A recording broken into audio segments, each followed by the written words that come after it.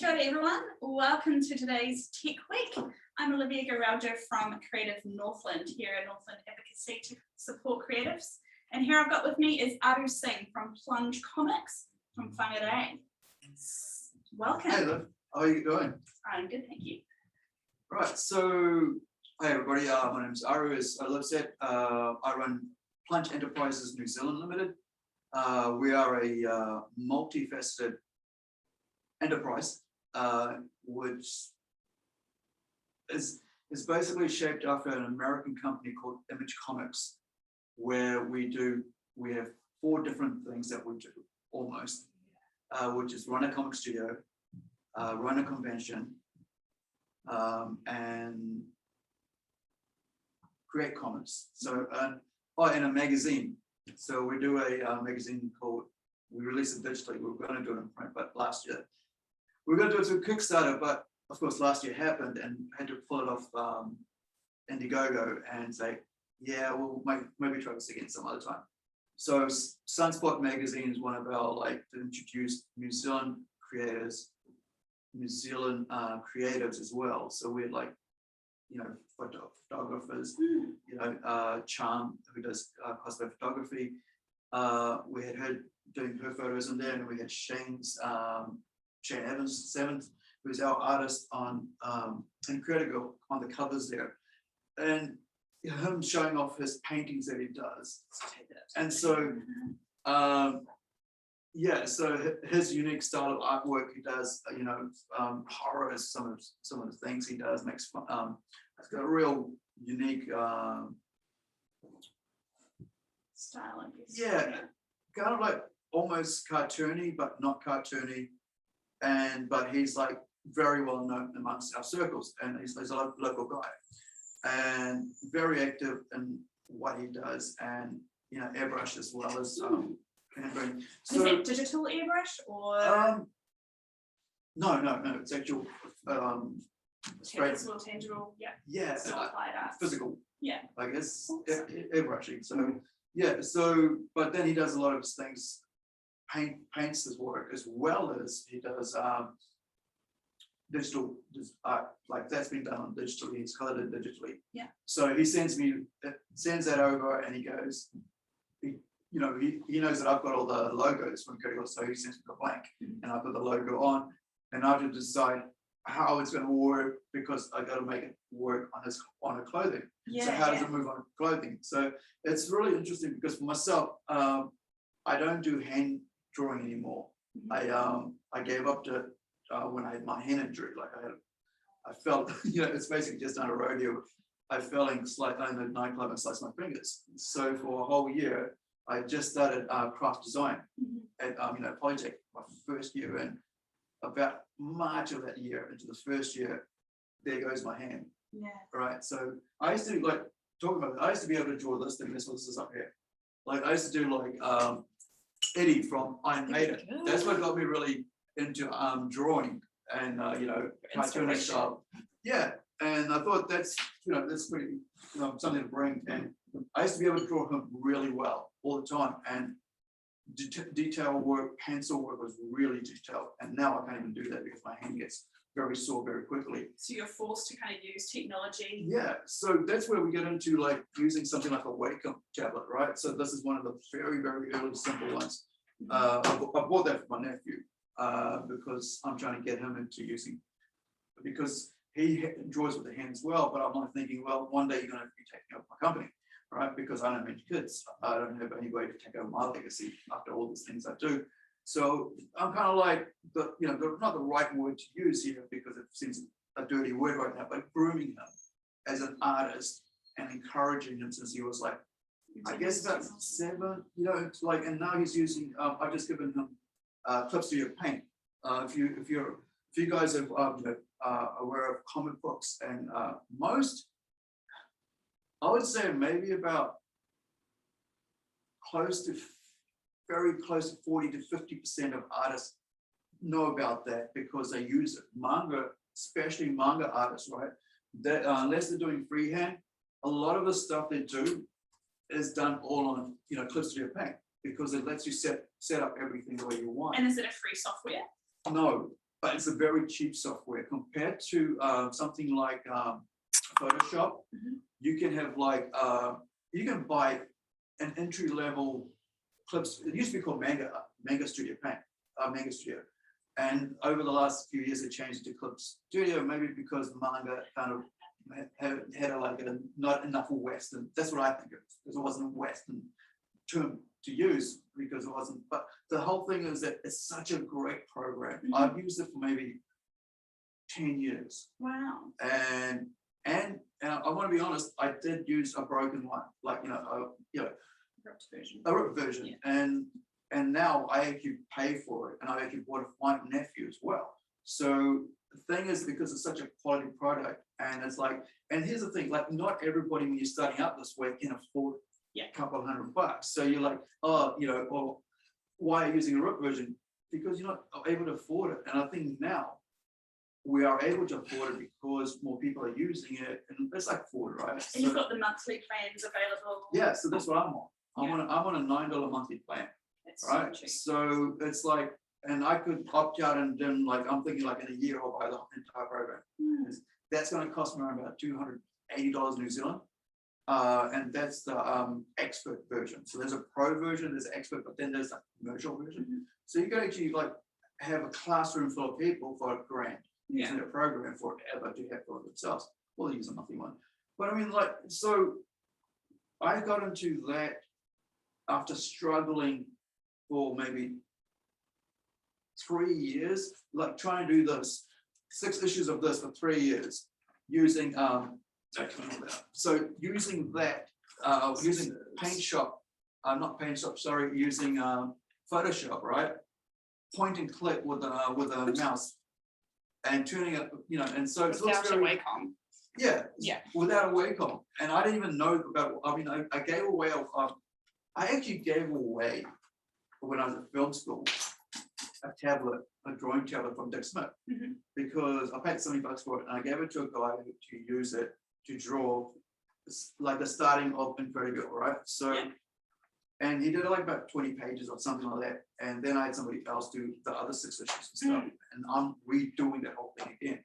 So I guess, what you can actually see is like the big progression, I guess, from pixelization onto real smooth lines, just due to the advancement of technology and software programs. Well, I mean, and like this isn't like after 3 years of not actually understanding what I could do. Like I didn't know about Clip Studio Paint. I didn't know there was a simple little thing there that could make your life so easy, right? You could actually click something and then curve it perfectly around a face. And it's already there. You have houses that are already part of it. You have like streets part of it. You have like skies, trees. That's why I say like a lot of manga people use it, because they don't have to go looking for trees. I spend hours drawing trees perfectly because it's already there.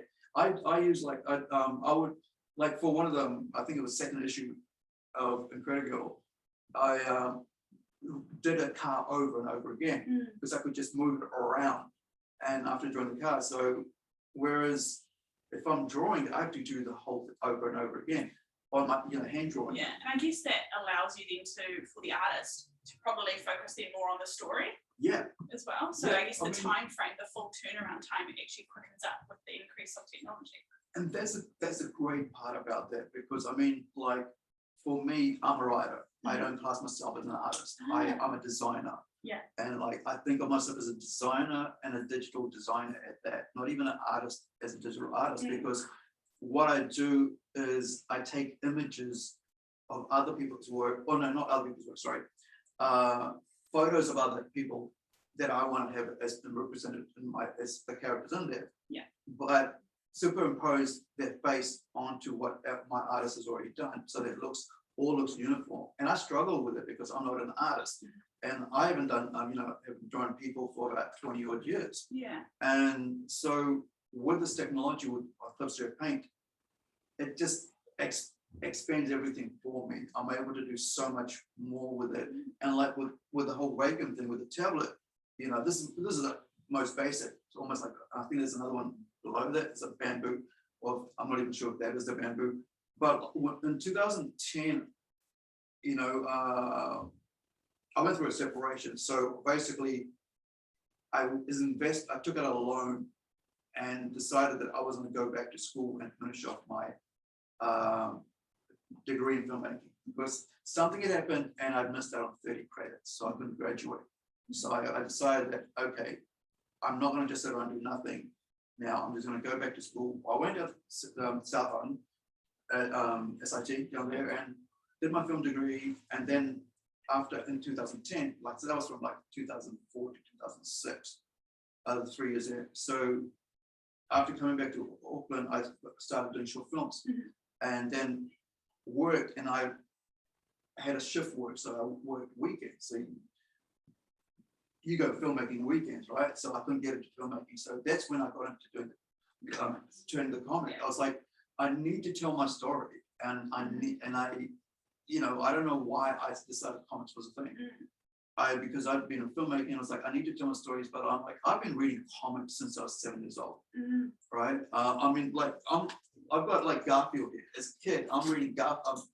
As a teenager, I'm reading Garfield. And as a child, I was reading Judge Dredd and Tintin. That's good. Right? So I'm 8 years old, being introduced to Judge Dredd and Tintin in New Zealand. In the library. So the library's got Tintin and Obelix and Asterix, and my next neighbor across the street is into Judge Dredd, and he's about the same age as me. 8-year-old kid from Fiji, who's the first whatever. I think I was reading Goofy or something. Like the shopkeeper had a Goofy or Mickey Mouse comic, and that's the first time I ever saw it when I was like 7 years old or something. I didn't even know what it was. It was just pictures. And so when we used to Regan Bell, right? He's the guy that got me into comics in a hard way. And for maybe about 5 years or something, I just read comics because it made me escape. Yeah. And I struggled because of learning and stuff like that, right? So here's an Indian kid who doesn't know how to speak English properly. And so Regan's house is here, and my mom sends me to the next house to be taught how to read English and spell and all that. And we are across the street. This is like in Lakey Street in Waterloo. So I guess back then for you, there was already like a collaboration that was helping you network your way through the comic industry to where you are today. I mean, it's like you I guess post-COVID, you can't really. I mean, comics can be a very lonely thing.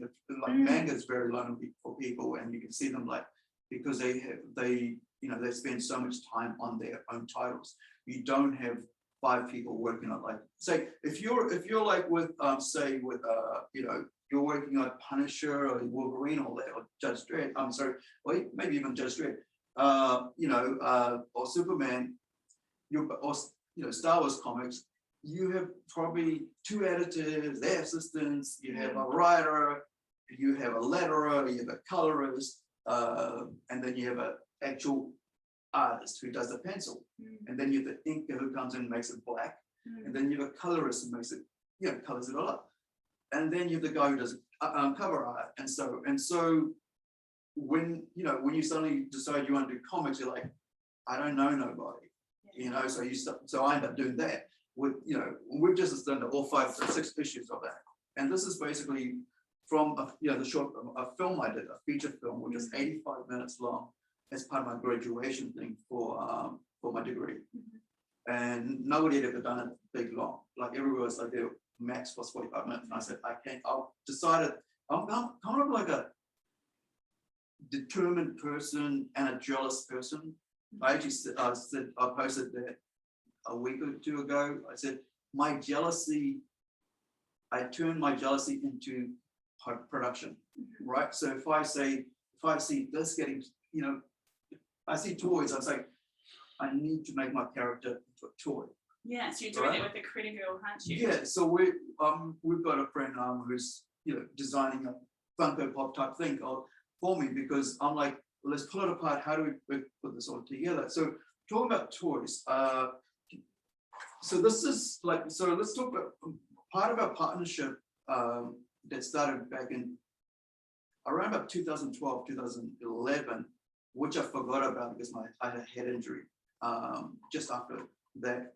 And I partnered up with a company called Rise and Sun Comics, because we I started my comic company as Rising Sun New Zealand, and because my full name is Aroneshwa, which means Rising Sun, so I named my company after that. And so what happened was that there's a Rising Sun Comics America, and somehow I don't remember a lot of it because of my head injury. I've forgotten all that, and so how that all came about. But all I know is something like they said, "Hey, we're here. We've got the same name. You got the same name. Would you like to partner with us?" And that's how it happened. And then suddenly I was creating comics with Incredible was getting started. We were doing a whole bunch of other stuff, and then I hit my head injury, and all of it went away. And so it took till just after that, I decided, well, I've got a huge interest in comic books, and I would like to make a business out of it because this is like I'm 48 now, so I guess 40-year love of comics, maybe about 30 years of collecting them and reading them properly, and learning from them. And the thing is, like, learning how to write them. We've got a book here by Brian Michael Bendis and Powers. If you guys might have seen the TV show called Powers, he basically susses out how he does his scripting. Is there an app currently that you know of? Yeah. So the way he does this, the way he writes the script. Now, because I'm trained as a filmmaker, I started using Celtx or Celtx, CLTX, and I've been using that program since I was in film school. So this goes back to about maybe 2003, 2004, and I've written like thousands of pages of scripts since then. I've written digitally. Yeah. Can you think about how much that would be in terms of paper? Hey, it was, well, each story for me I write as a movie, a 90-minute film, and if you look at 22 times 6 is their amount, was that like 180 pages, something like that, per graphic novel. So basically each one is right about this thing. Wow. So by the time it ends up being produced, it's right about that. Actually, yeah, it's 22 pages, and so it's I've got like movies upon movies, and I've got short films, I've got one shots. I mean, like I was talking about earlier about Shane Evans. I created this guy back in when I had a comic shop. So that came out of like because my uncle was stabbed, right? So how do you, like, if you're a person like me who gets depressed very quickly and stuff, emotional, I learned to turn that, and especially with my help assistant, and to turn that into art. Put the stories into that, to turn into creativity. And that's what I'm about jealousy. Like, so when you look at something, you go, I could do that. But when you feel deeply emotional about stuff, and I thought, well, you know what? How would Punisher deal with this? Yeah. Right. I want justice. Yeah. Your characters. So that's him here. So like one of my is but at the moment he's not in everybody's thing, but like for years I've loved him because I think there's a thing in like, as a child you want justice, right? Because you know what's fair, what's moral and stuff as you're growing up, if you've been instilled into your life like that. And like I think my grandfather used to do that with us, say what's right and what's wrong. And so when my uncle was dead, I was like, how would this character do?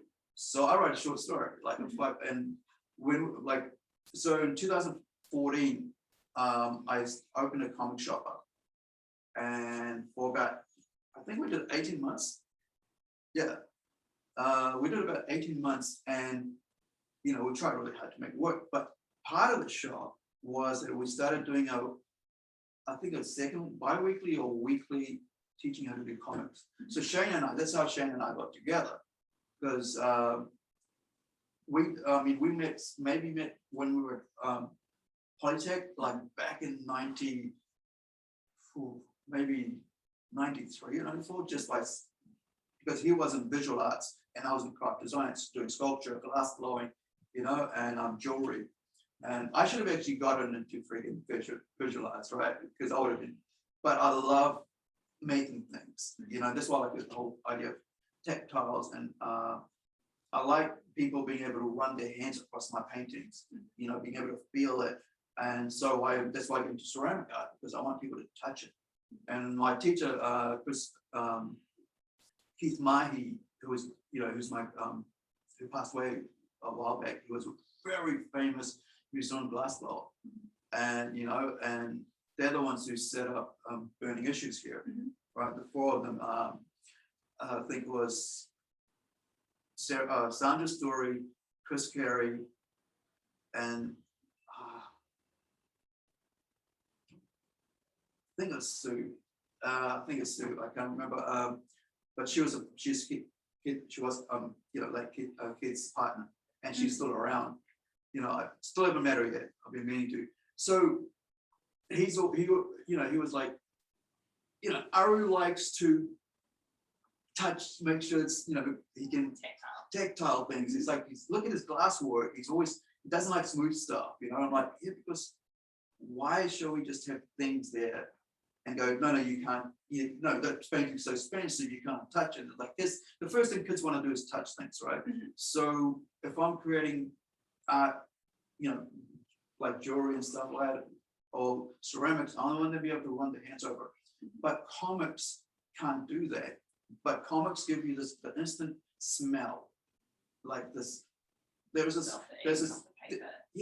tactileness about it, and that's the thing. Like, so, okay, you can't go over it, but it's solid. It's in your hand. That's why I think digital, as much as I do digital art, and I don't, I don't want it to be still digital. I want it to be able to come onto the paper so people can touch it, read it, put it away, and then go back to it whenever they want, just like art, right? So it is art, it is literature, and I think whatever people think as if it's like, oh, it's children's thing, it might have been sometime, and that's the reason that's been that way is because of the fact that way back in 1950s, they got rid of every other type of comic books in America. So all you had for a long time was just superheroes. Yeah. Right?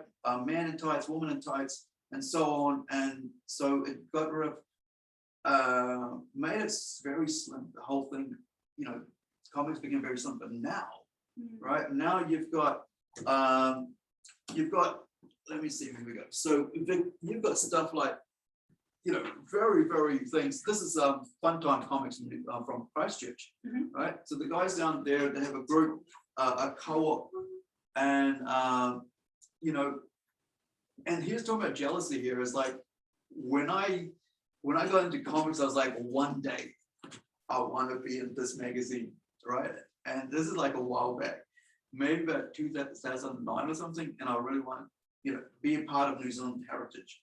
I wanted to be say, hey, not jealousy, but it's just the whole thing is like, why can't I? You want to be part of it. Yeah. And I mean, your access to technology has allowed you to really do that. And I think trial and error, hey, 'cause I mean, recently you've just looked at doing publishing with Calder's print. Yeah. So that's a whole different side of things as well. That's a huge thing because I never actually got into print before. This is my first time getting into print. I mean, our guys over in Rising Comics in America, they printed this out here. So so being a small company like us, like any company like us, right? We can't compete with these guys. We really can't compete with all these guys because they have billions of dollars behind them, like millions of dollars behind them. And if the comic fails, they don't care. Because it's there, they can make another movie, make their money back. But when when you're a little company like us, you got to make sure that it's your quality, the card, because their one's like it's very thin, the ink comes off, the paper's got to be like very, we can't beat them at production. I mean, sorry, we can't beat them at popularity, but we can try to compete with them. I should say, not beat them. Compete with them for the customer's attention to detail and to quality of paint and paper. That's why, like for me, we're doing a with Vaanipriya, right? That's the first. We're going to Kickstarter through Rising Sun Comics thing, and we basically said we're gonna do only for this special Kickstarter thing, only gonna print in New Zealand and only in Whangarei. Because we want to say this is our home base, this is where this character is based. The superhero is from New Zealand, but she's also from Whangarei. And so I wanted to make sure that we had some sort of, to say that printed in New Zealand. I mean, the American side of things, they're running a whole bunch of comics they're running just that. And are they doing, how far are they taking the comics in terms of their digital space, whether it be on YouTube or? Well, I mean, for the digital, like we do web comics. Or e-publication. Yeah, so for us, we like I was mentioning earlier, we did the Sunspot, became digital download comics. So you could pay like $2.99 on our site, on Rising Sun Comics site, and you could basically pay and download it. 64-page, full color, with interviews of New Zealand people in there and people around the world, and comic books, 40 pages of comic books for $2.99, right? So, and not only just that, you got like pretty much like a fun time comics of all different art stories. So I said, well, we want a complete story when you do these things. We don't want like we got to buy the next magazine to get the story. So with Fun Time, with pandemic last year, right? So the guys, his name's just lost me, but I interviewed him because like last year when pandemic hit, I was told by the US that, hey, this is going to take 4 weeks, right? Buckle in, it's going to take 4 weeks. So you're going to be shut in. And I was like, man, that's a long time for artists to be on their own inside their home. So my whole thing was like, what if, and that was my whole focus for them. It's like, what if every day I got up and said hello to everybody and said, hey, I don't want you guys getting depressed. Let's talk. And so I started interviewing people, and he was part of it. I interviewed him. I interviewed a whole bunch of Kiwi artists and creatives and people from overseas during pandemic, right? So everybody's at home.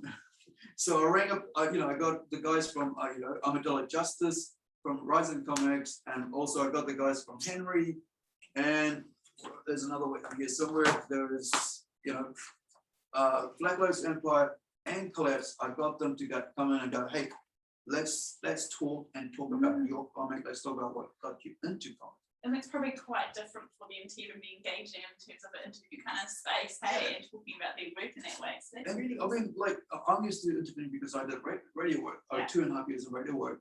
And so, and I'm chatty. So I think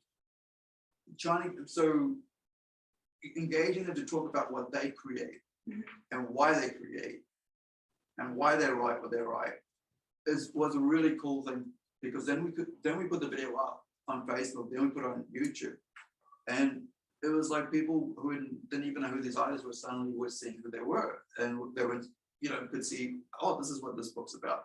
So for us on Rising Comics, like you're talking about technology, you could basically buy the comic from the website and it will get delivered to you around the world. And so accessibility just expands, hey? Yeah, so I mean, and the other thing is like, so I'm working with like an artist from a Greek artist who's living in Estonia right now. Right, we're doing a series called anthropomorphized animals, Kiwi animals. Like, I mean, not really Kiwi, but they're living in New Zealand. There's a called PJ and Shivi, the modern bear, right?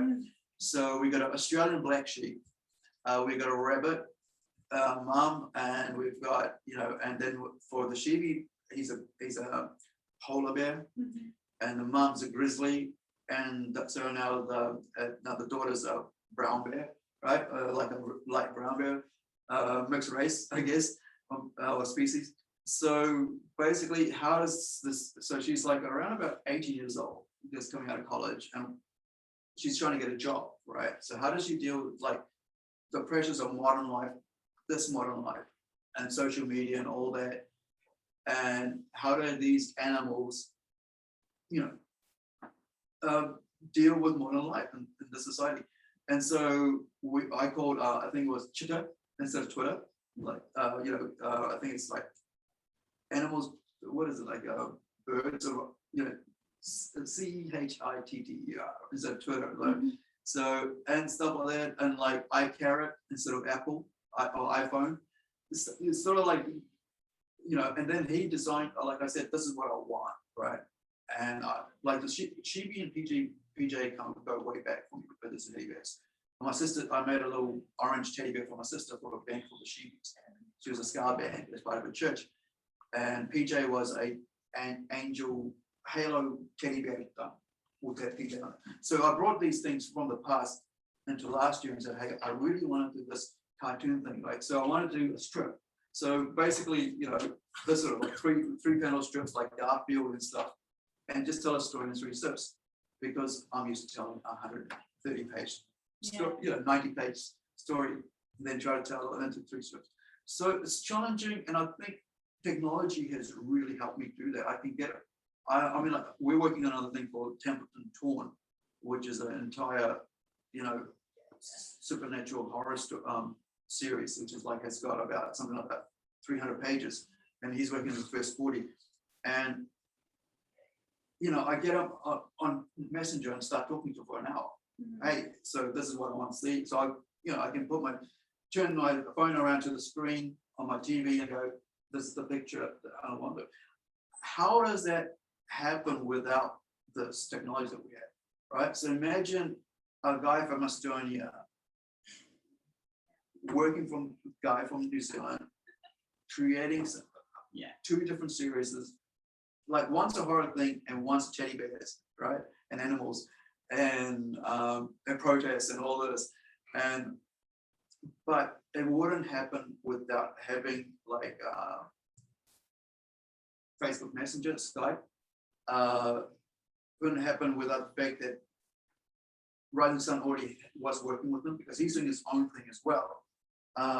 He's got his own comic books that he's doing, but he then works on my stuff, and we got the series as good as possible, because I'm saying I would like to see one day PJ and Shibi become an animation, right? So something like Family Guy or something, but with animals and then toys, right? I'm saying I want these to. So I'm not thinking like, hey, this is just a comic strip. I'm thinking, how do I get from this to from this to this to TV show, and make a whole ecosystem of your own. Yeah, and not only just me. So when I was setting up Plunge Enterprises, right, there was all these different things: Plunge Games, Plunge Animation, Plunge Studios, Plunge Convention. Did I mention gaming? Yeah. So Plunge Gaming. So like you could have like Play Incredible as a game, it's a light novel, and so you get engaged with people, and then you got Plunge merchandising, so you get the toys and stuff. So who did you use for like the merchandising? In terms of like the toy production, was that difficult?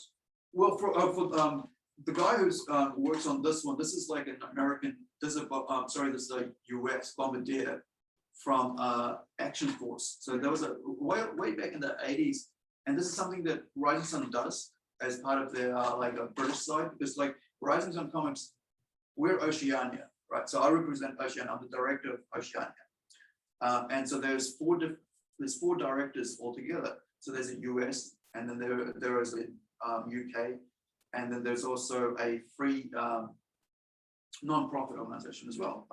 So these guys, the UK deals with like old publications, like the Action Force stuff, which is like space, bomb. I know, I just can't remember, my brain just can't think, but like back in the 80s, they used to have all these sci-fi space, like the size of, basically they produced them about yay big, like, the big paper newsprint comics, like the Judge Dredd used to come out like, and then they used to like for girls as well, and then, so thanks. Whereas this is the thing, like people think that comics are just for guys, but like way back then, there's always this equal thing of females working on their own comics, and comics for females, comics for young boys, young girls, and and now we're going back to making it, and that's where manga becomes so cool, is because and why the US market is at the moment suffering, because manga doesn't say, let's talk about politics in our comics, right? And this same thing with me. I'm like, if I want to talk about politics, it goes somewhere else. and some other strip, you know, so I'll go, this goes here. When it comes to like saying Incredible, I'll go, well, let's talk about why Incredible was where she is. Like she's actually Romanian, right? So and the story is inspired by the Romanian Ceausescu and the communist regime that was there, and because of the way they were treating the orphan babies, right? And the stories actually like the name of the character is inspired by my brother, my niece, and then my brother-in-law who shortened it. So especially like because like back in 2007, I was like, it'd be cool to do a superhero comic, but for girls. I mean, not for girls, but like that was female, right? And like, so my go-to wasn't, hey, let's do a guy superhero, like a male superhero. My first thing was a female, and it's like my niece had just been born. I hadn't spent much time because I was away from school, and so she was about 4 years old. She had just seen The Incredibles, and so she goes, I said to her like, hey, if you had a superhero that for yourself, what would you call it? And she's like, Incredible Girl. Yeah. That was her. That's basically in my and because the Incredibles had come out, and my brother-in-law goes, hey, you know, yeah, that name might cause you trouble, so why don't we short it? What about Incredible? I said, yep, that worked. So that's what Incredible you're paying for. And so here we are, 2007, to now having the first print of the first issue. I worked on the first, second. I mean, I'm not the only one who worked on it. So there was like I said before, when we were doing like talking about the Awaken thing with the tablet, we had Mike Payne, who was in a year later than like I was in third, I was in a year ahead of him film school, and so he did like 15 pages because he was doing the manga. So the Incredible was actually a manga character. So this is the weird thing, because like this is way back in like 2006. The comics was actually manga, so it actually looks manga-ish because when I had Mike Burbeck from England come in and work with me on it via Facebook, it might have been through DeviantArt. So I was actually without Patreon. There's no let's talk about like doing online stuff. Patreon, you can make money by Patreon, by creating your own work and selling it either in physical or in digital. We've got people locally who do that. I myself, I'm working on a game, script writing, a game editing, co-writing, and script editing. Is that for print or digital or online? Online game. Like, so basically you can download it for the computer. It's a light novel. So light novel, sorry, not a light novel, a visual novel. Yeah. Right. So it's a point and click text based, either 3D animated, pencil drawn, or some people use photos of actual people. But it's because they want to tell a story. If they don't have technology, if they don't know how to use Rampy, or if they don't know how to use, is it the program you're creating it with? Yeah, we're using Rampy, but there's other one, Unity, right? And so Engine Room, right, down here, where we're going to have a Plunge, they teach that, right? So Lenny and the guys down there, and this is what I like I found about, I think maybe about what they were doing after I got involved with gaming. And this is what I'm saying, like when we, I don't see comics as just a paper medium or a digital medium. I see it as a business enterprise, but not only stopping there, but I don't know how to design toys. I don't know how to do 3D animation. I don't know all these other things, but I know there are people out there locally who do. And then I'm like, how do I bring them to work? I say, how to come on this project and work this? And the thing is, the problem with like our mentality for a long time has been giving money first, and then I'll do the work. Whereas now people need to understand that you gotta do the product, right? That's the way like gaming works online. So like, especially if you're doing it through Patreon or Subscribe stuff like that, where people pay you monthly. Like I get stipends because I volunteer to work on this really, I think 10 chapter, 12 chapter, too many chapters or something like that. They do specials.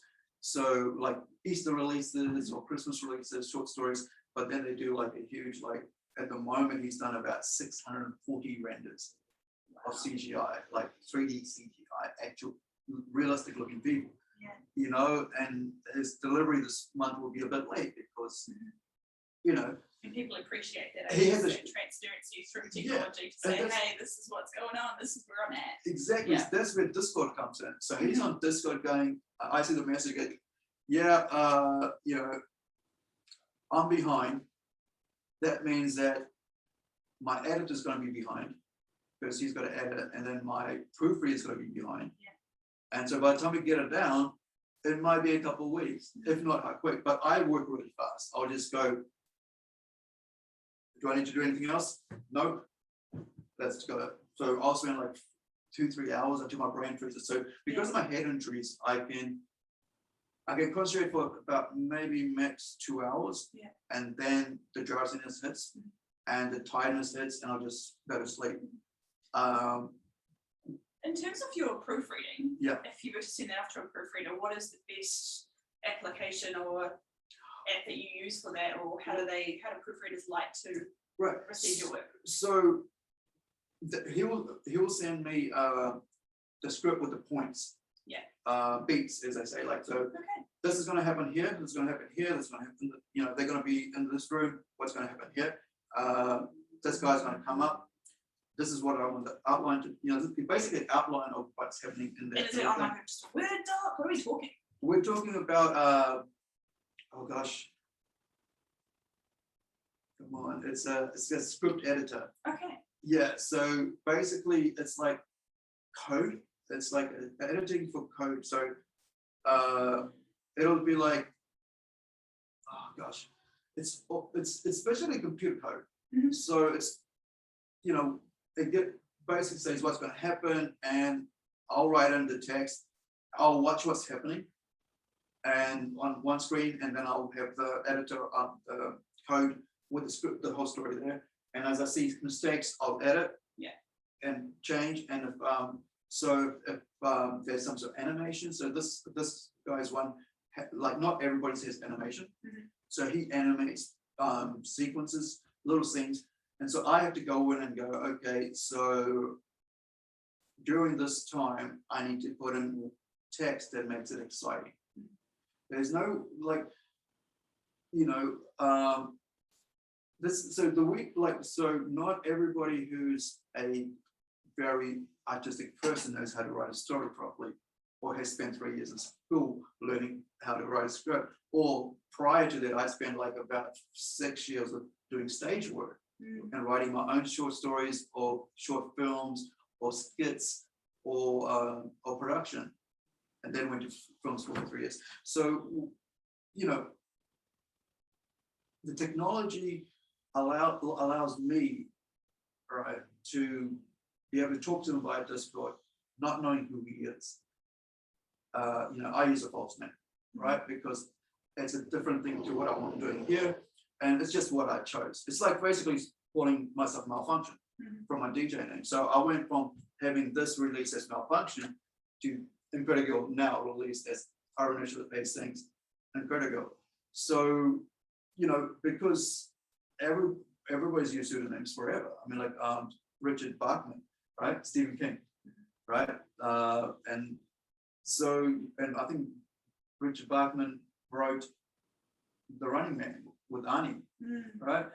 And so, but he wrote those stories because it was sci-fi, it wasn't horror, so he wrote it under a pseudonym. And so so for me, I mean, like, I write all genres. And so I've got superhero, I've got a crime drama, noir, about 4 guys who play a game, right? And they get caught in a crime and basically spend time like me and you are doing here with the cops talking in separate rooms, but flashback story. And so, but then I also, like, you know, I've got a tune. which is very political in a sense, but funny political, you know, they're taking jabs at children. But then I'm working on horror fantasy, like angels and demons, and then now I'm working on a vampire and a werewolf story about a mum and son. So it's like this whole concept of mother-son relationship. So it's totally allowing myself to not be boxed into, hey, I'm just going to do comic books about superheroes, because that just gets boring very quickly. I guess it kind of brings you to, I guess, closing off with a few questions in terms of where do you think the comic industry is ending up or leading towards? I mean, you see so many changes already with technology, and I think, it's great to hear that it's still going to have that tactile, physical thing. I think that people still like those that, you know, love records, they still like that physical, tangible product. I mean, they said that when digital came, comics would no longer be printed. But the thing is that we are physical, tactile, emotional beings, right? So like I was saying, like I can open a comic and smell that print. And you know it's that connection that comes with it. You got that. When I was a kid, I had my first comic book, right? And so I could enjoy that. And I think technology isn't going to take that away. It cannot, because as long as we're human with emotions, we will still want to feel and touch, right?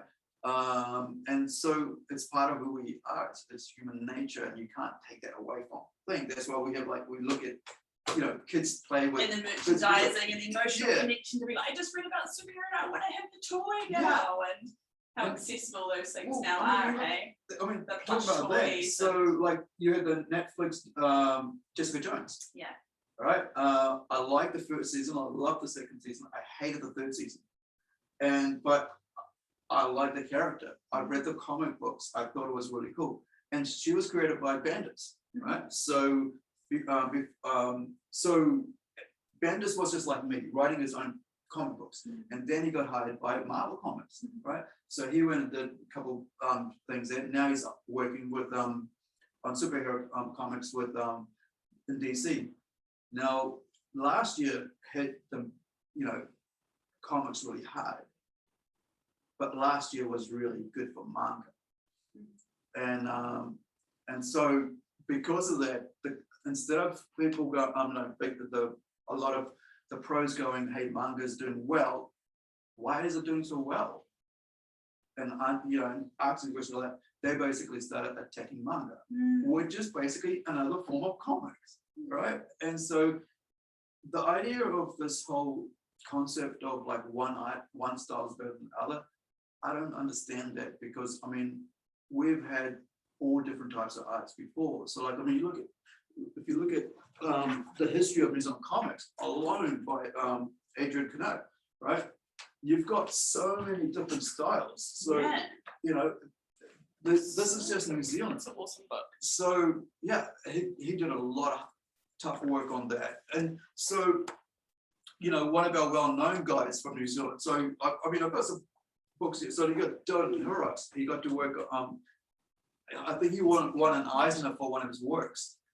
And so, we had Brotown, right? So, yeah, I mean, that's the other thing. So maybe it's Brotown that got into my head to do like the whole idea of doing Shivi and PJ about a bunch of animals with human traits, whatever, but still animals in New Zealand, because it's cartoons, and I love cartoons. So like I watch manga profusely because I think they just tell stories, and good stories. At the end of the day, if my stories are crap, nobody's gonna want it, right? So I have to enjoy my own stories, or else why would I expect anybody else to? So at the end of the day, like movies that fail, right? Blockbuster movies that fail, they fail because the story doesn't connect with people. And I wanted, you as a writer, you want to connect with your art, right? And so, like I was saying, I'm not an artist, I'm not a comic artist because I don't do pencil work. I can't actually do a figure properly. I get some other people to do it properly, and then I tweak it around to where I want it. Awesome. So I think there is always going to be the sequential art. It is sequential art. Yeah, comics basically. You know, that's the words we use for it. But manga, there's manhwa from Korea. Yeah. There's manhua, MANHUA from China. Yeah. And I'm not sure about other countries. I mean, there've been Indian comic books for a while from India. And they do, I mean, I don't think they had superhero mostly, but they had real people type thing. There was more religious stories. But superheroes is basically is an iconic American thing. Yeah. You know, whereas if you look at Europe, they do everything else. Most, I mean, they do superheroes as well, but they do everything else. You know, you got Tintin and Obelix came out of there with the most two famous, you know, European exports. And I was reading that in Morewa, you know. So I guess next for you for Plunge, where can people come and connect with you and all you have to offer? So you want to tell us about that? Right. So and then we'll close up with some questions. If anyone's got any questions from out there, please feel free to type them in the Q&A and I will read them out. So I'd almost forgotten people were there. So because we were talking so much. Sorry guys, I was hopefully I didn't bore you. Comic gig. Yeah. Tell us about it. All right. So we've got Incredible is going to be on in June on Kickstarter. Right. So we got posters. Olivia's doing a cover. We got custom covers, one-off covers. We got 5 from I think Northland, right? Yeah, 5 from Northland. Shane's going to do 5 exclusive, different only covers, and these are like because of talking about technology, right? So Kickstart crowdfunding your efforts, people believing in what you're doing, and you know, and just like Patreon, you know, and I guess Twitch and YouTube with you know, doing videos and stuff. But with you're able to do like, you know, come up with a game, and a card game, and put it on, you know, on Kickstarter or Indiegogo, and have people back it, and you deliver it. And so, you know, my whole thing is see, you know, will people get into this comic? I've kept it very low cost because I said like it's $1,200 US, right? So that covers our costs and covers our artist costs. Make sure that our artists who are doing the custom work gets paid, because as a creator myself, I want to be paid. So I want to make sure that people who are working with me get paid as well. So at the, you know, this is the thing about what I don't understand with corporations. Why aren't they paying people that do the work and use the work? So you got, you know, I mean, there's so much history about what the bad history with comics and creators. And so, do you want to tell us about Plunge? Maybe that will be just running it. Cool. Okay, so in 2018, Hindu from Creative Northland asked me about what I did, and then she just suggested, had I ever thought about doing a convention? So we decided in 2019 first to do a convention, and so Plunge Comics, Plunge with what is that? Is that thing, right? So whatever that is at the end. Capital Plunge, basically comics, anime, and pop culture convention. It's basically our youth being able to actually access the pop culture environment they're into, come, you know, be able to dress up for that one day and nobody's going to do anything about it, like Halloween. And what date's this? This is the 10th of July. 10th of July, everyone. So Saturday. come along to 116. Yeah, 10th of July, from 11 o'clock till 4 o'clock, just a 5-hour slot. But this year we're going to try something different. We were looking to like engage into digital art, game design. We got Edgeron coming. We've actually set aside a special room this year for kids to be able to create comics. We're hoping that the council will fund that. The Whangaro Council will fund that through their arts scheme, arts and the community scheme, for kids to draw their own comic, 1 or 2 page comic, black and white, and then we'll put it all together and make a comic that they could have, and you know, Badge A5 size. creation. Yeah, so libraries does badge creations and stuff like that. You can make your own badge, cut up old comic library books, make up your own badges, and also they do zines, you know, and then they have a 3D printer. You can, and this is the thing that technology-wise, we're going to like 3D printing, right? I saw someone on Instagram, a cosplayer on Instagram, make her own Far Cry or some game, laser cutting a pieces like layers and with, you know, a foam, and then she would glue them all together, and it was like a kit set. But I'm watching this machine just cut up this design out of it. And so, you know, with STL, I think it was last year, sorry, I think it was 2018, the library, Glenn there, was a great guy, and Meredith, you know, they printed out an entire Pokemon chess set for us. Wow. With them, with their, you know, 3D printed. yeah. And so, and then they, what they had a couple left there, and they put it up there to show the kids that, look at this. And like, you know, think of the prices of a 3D printer keeps going down. And I'm like, it'll be nice to have one for us if we design out a toy, so we could like little toys we could put on Kickstarter, you know, and whenever we release a comic book, we put like a chair that you get like $5 to get a toy with it, of the character. And then you could paint it yourself for home. And then we could set up a chessboard of our own characters, you know? So it's, you know, I mean, when we look at your oyster. Yeah, so there is that, you know, that's where technology is so friggin' awesome right now. You know, the money, I mean, to be able to do it, all you need is passion, right? You got to be willing to do the work. I mean, like I said, my brain shuts down after 2 hours, and because I'm you know, I'm on a lot of meds because of my head injuries and stuff and car accident, so I can only function for a little while. But I have people who work with me, right? Like we've got Shane, he's popping up. I mean, Jason was there, assisting me with the finances side of things, and you know, and just making sure we're, you know, connecting. Awesome. And I think the other thing, like I haven't mentioned Creative Northland that much. I mentioned him, but without Creative Northland, we wouldn't be able to do with Plunge what we have. And you know, because she got me kickstarted into it. I had thought about doing it if the comic shop had succeeded, but didn't, because of the way things were going, and the challenges I faced. But